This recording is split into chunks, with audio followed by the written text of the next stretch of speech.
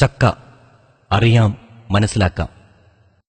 പ്രകൃതി നമ്മൾക്ക് നൽകിയ ഒരു വിശിഷ്ട ഫലമാണ് ചക്ക.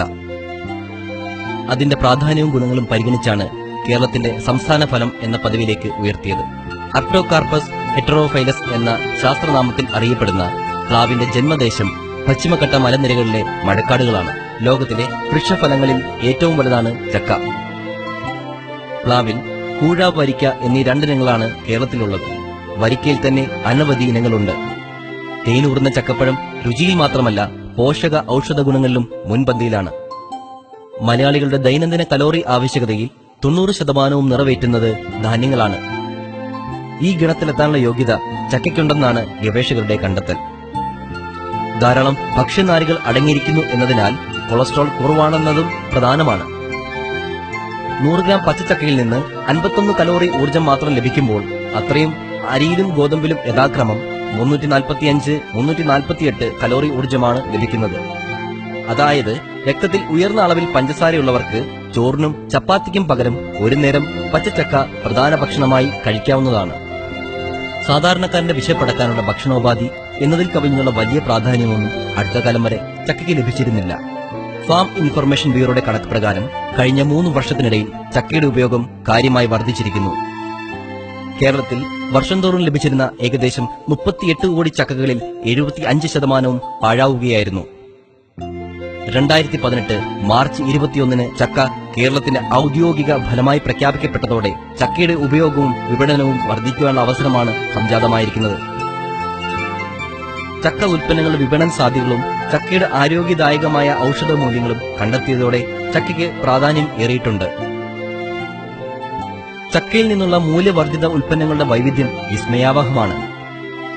ചക്കച്ചുള കൂടാതെ നമ്മൾ വലിച്ചെറിയുന്ന ചക്കമുള്ള്, ചകിണി, മടൽ, കൂഞ്ഞ്, ചക്കക്കുരു, കുരുവിന് പുറത്തുള്ള പാട തുടങ്ങി മുഴുവൻ ചക്കയും വിവിധ ഉൽപ്പന്നങ്ങളാക്കാനുള്ള സാങ്കേതിക വിദ്യകൾ ഇന്ന് ലഭ്യമാണ്.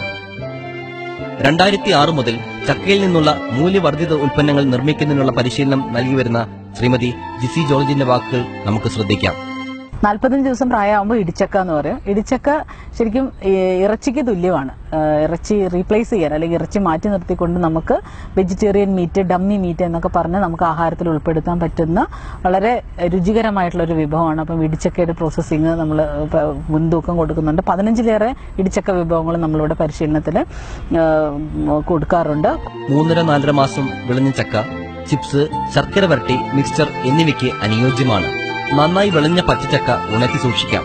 ബജി, വറ്റൽ, പപ്പടം, മുറുക്ക്, പായസം, ബിരിയാണി, ഹൽവ എന്നിവ ഇതിൽ നിന്ന് തയ്യാറാക്കാം. ഉണങ്ങിയ ചക്കയുടെ പൊടി ഇഡലി, ദോശ, ഉപ്പുമാവ്, ഇടിയപ്പം, ഗോതമ്പ് മാവിനോടൊപ്പം ചേർത്ത് ചപ്പാത്തി എന്നിവയും തയ്യാറാക്കാം. പച്ചച്ചക്കയുടെ ചകിണി, മടൽ, കൂഞ്ഞ് എന്നിവയിൽ നിന്ന് കട്ട്ലറ്റ്, തോരൻ, ജെല്ലി എന്നിവയുണ്ടാക്കാം.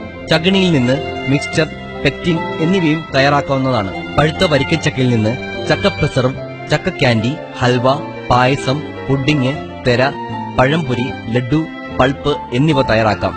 പഴുത്ത കൂഴിച്ചക്കയിൽ നിന്ന് ready to serve drink, squash, sip up, wine, വിനാഗിരി, ഉണ്ണിയപ്പം, ഐസ്ക്രീം, മഫിൻസ്, പൾപ്പ് എന്നിവ തയ്യാറാക്കാം.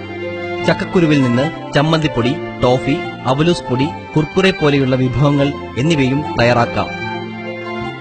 പുതുതലമുറയുടെ രുചിഭേദങ്ങളെ തൃപ്തിപ്പെടുത്താൻ ചക്കയിൽ നിന്ന് പാസ്ത, സാൻഡ്വിച്ച് തുടങ്ങിയ വിഭവങ്ങളും വിപണിയിലെത്തിക്കഴിഞ്ഞു. കാര്യമായ പരിഗണനയോ വളപ്രയോഗമോ കീടനാശിനി പ്രയോഗമോ കൂടാതെ വിളവെടുക്കാൻ കഴിയുന്ന തികച്ചും ജൈവഫലമായ ചക്ക ഭാവിയിലെ ഫലം എന്നാണ് അറിയപ്പെടുന്നത്.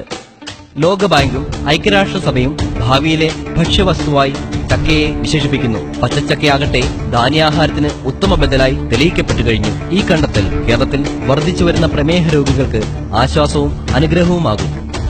കേരളത്തിൽ ആരോഗ്യപൂർണമായ ജീവിതത്തിന് സമീകൃത ജൈവ പച്ചക്കറിയായും ഉയർന്ന പോഷകഗുണമുള്ള ഫലമായും ചക്കയെ നമ്മുടെ ഭക്ഷണത്തിൽ ഉൾപ്പെടുത്താം. അതിനായി ഈ നന്മ മരത്തെ നമുക്ക് നട്ടുവളർത്താം, സംരക്ഷിക്കാം, ഭാവിയിലേക്ക് ഒരു കരുതലാക്കാം.